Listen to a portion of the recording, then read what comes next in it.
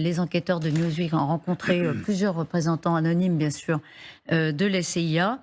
Alors, la première, est-ce que c'est une surprise? Vous allez me dire, vous débarquez, venez de la Lune, Elisabeth, je ne sais pas. Mais on mesure le degré de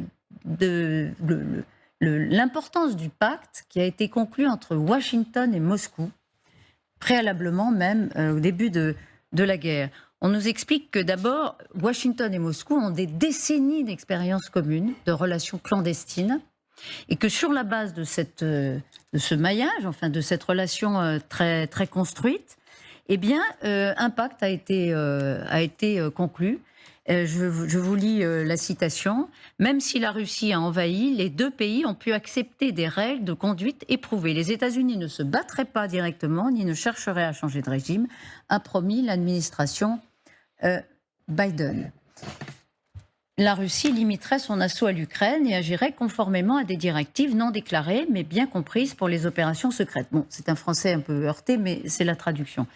Ce qu'on comprend, c'est que les deux parties, Washington et Moscou, avaient dit voilà dans quel cadre va se situer votre volonté d'envahir l'Ukraine.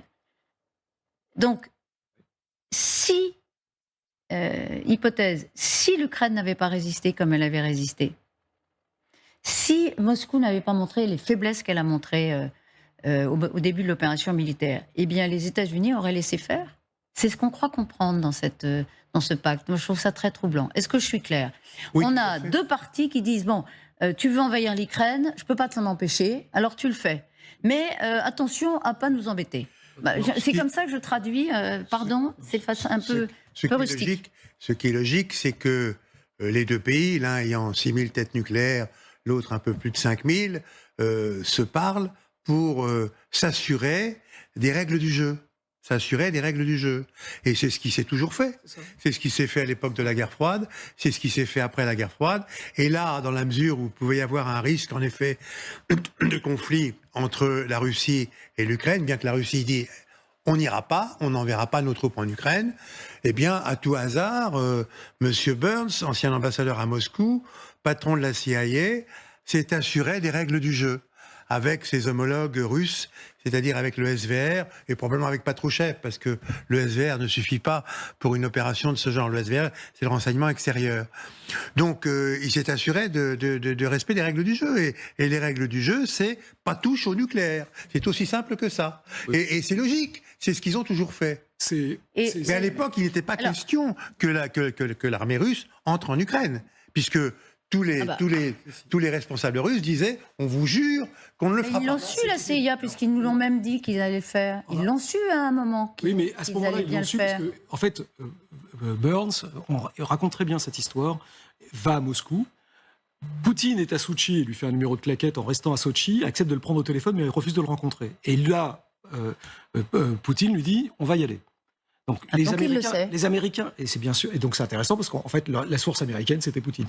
Donc oui, parce que donc il y a eu un coup de fil entre Poutine et Burns, le patron de la CIA, et Poutine lui a dit je vais y aller. Et alors attention, c'est là que c'est pas un pacte, faut faire attention à ça. C'est pas que les Américains l'ont dit ne le faites pas, on vous laissera pas faire. C'est pas ça, ils leur ont pas dit allez-y faites-le. Ils se sont dit attention, non. En fait, c'est à ça que servent. Alors là, je parle sous le contrôle de l'ambassadeur. Alors les ambassadeurs et les diplomates ont un rôle qui est les relations officielles. Les services ouvrent des canaux pour ce genre de choses-là, parce que leur rôle est de s'assurer ce qu'on appelle la stabilité stratégique, particulièrement pour les 5 pays membres du Conseil de sécurité et dotés d'armes nucléaires, qui est de s'assurer, alors ça c'est vraiment spécifique à ces 5-là, mais c'est obligatoire quand vous avez des armes nucléaires, et c'est ça que les autres pays ont du mal à comprendre, et c'est pour ça que des fois il y a un peu de tension sur les stratégies, mais quand vous êtes membre du cercle très fermé des détenteurs de l'arme nucléaire, vous assurez de cadres des conflits qui se déclenchent, dont déclenchés surtout par des membres qui sont dotés de 6000 têtes. Donc, là, ils ont mis le cadre. Le cadre est celui qui a été posé et par Moscou, et c'est pas qu'ils ont passé un pacte, c'est qu'ils se sont assurés que ça serait ce qu'on appelle un conflit local, du point de vue des Russes, localisé, certes, sous le seuil du nucléaire. Et que sous le seuil du nucléaire, ça voulait dire aussi des règles de non-intervention directe de l'OTAN. Et c'est d'ailleurs tout l'intérêt de... Pourquoi cet article sort maintenant ?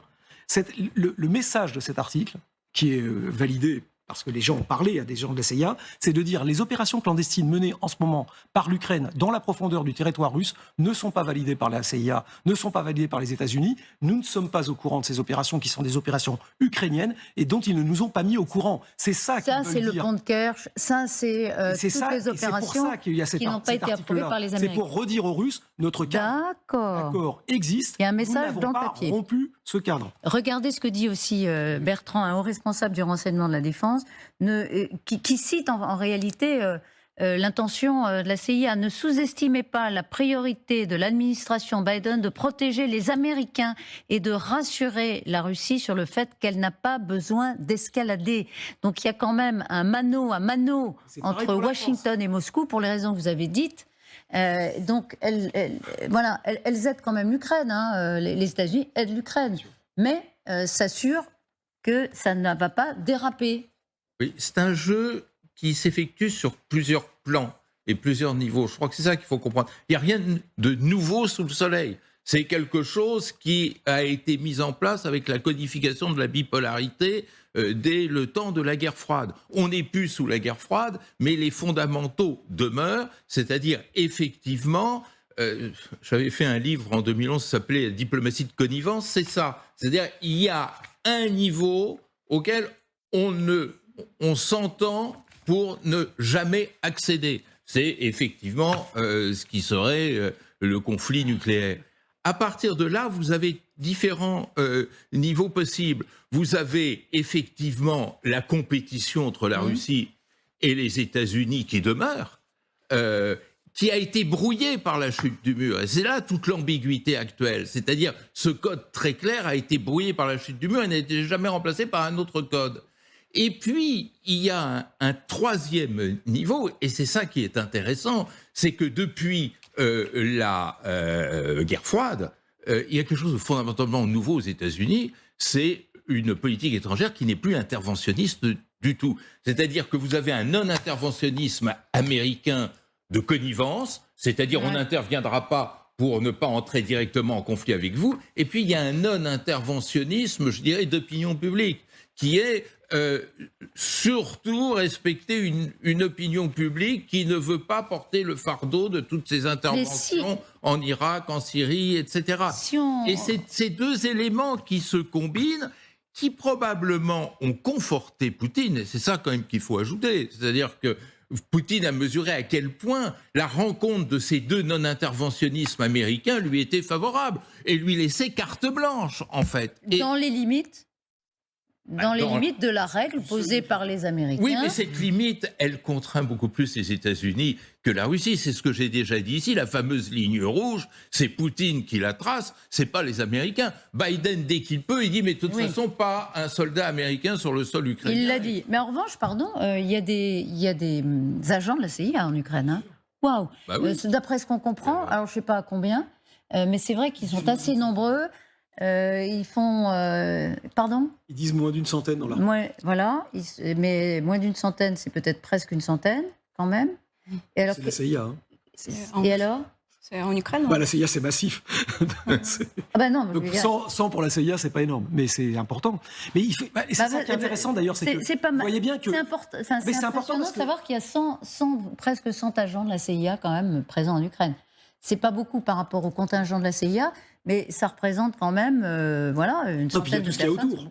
Il y a tout ce qu'il y a autour, parce qu'ils sont même il y en a en Russie. On ne peut pas exclure ça. Et d'ailleurs, en 2017, on se rappelle très bien qu'il y avait un employé de l'administration du président qui entrait tous les jours dans le bureau de Poutine, qui était agent de la CIA, qui a été exfiltré en 2017 avec toute sa famille en Monténégro. Et après, il s'est retrouvé dans une grande maison près de Washington. Après que Trump ait failli lâcher son nom dans une réunion avec Poutine. C'est ça, exactement. Ouais. Donc le fait qu'il y a les communications, à mon avis, c'est normal. Il y en avait depuis 1962. On se rappelle de la crise de missiles de Cuba. Mais je veux dire qu'ici, on ne peut pas parler de pacte. On peut parler des messages qui sont transmis dans deux sens. Et après, est-ce que chaque côté croit dans ces messages?